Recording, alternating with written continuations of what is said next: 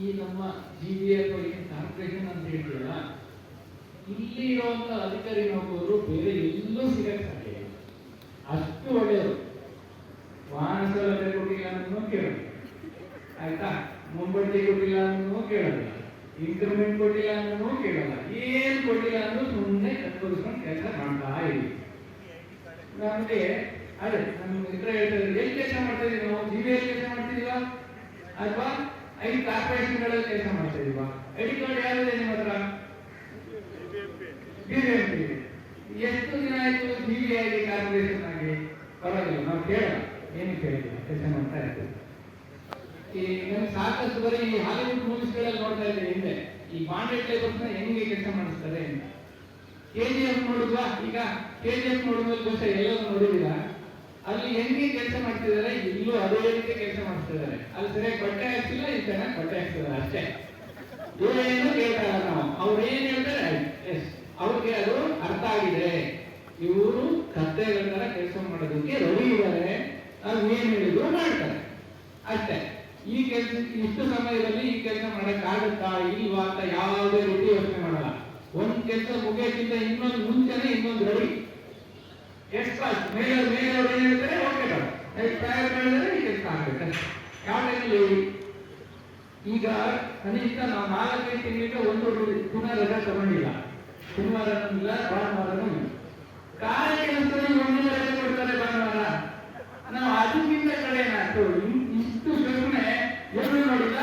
ನಾವು ಒಂದಾಗಿ ಇದನ್ನ ಎಲ್ಲಿ ತನಕ ಆಪರೇಟ್ ಮಾಡುವುದಿಲ್ಲ ಅಲ್ಲಿ ತನಕ ಇದು ಹಿಂಗೆ ಇದೆ. ಇನ್ನ ನಮ್ಮ ಆಡಳಿತ ಶಾಖೆ ಇದೆಯಲ್ಲ, ಮೊದಲು ಚಿಕಿತ್ಸೆ ಕೊಡ್ಬೇಕಾಗಿರೋದು ಆಡಳಿತ ಶಾಖೆ.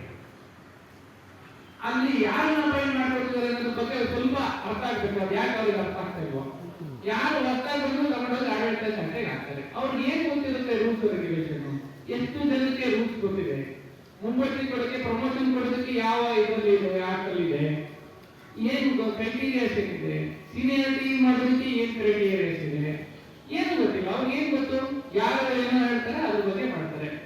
ಅಲ್ಲಿ ಮಾಡುವಂತ ಗೊಂದಲಕ್ಕೆ ನಾವು ಅಧಿಕಾರಿ ನೌಕರರು ಕೋರ್ಟ್ ಕಚೇರಿ ಅಲ್ದು ನಮಗೆ ಕಾಲಕ್ಕೆ ಕೊಡ್ಬೇಕಾಗಿರುವಂತ ಮುಂಬಡ್ತಿಯಿಂದ ವಂಚಿತರಾಗ್ತಾ ಇದೀವಿ, ಎಲ್ಲ ಸೌಲಭ್ಯದಿಂದ ವಂಚಿತರಾಗ್ತಾ ಇದೀವಿ.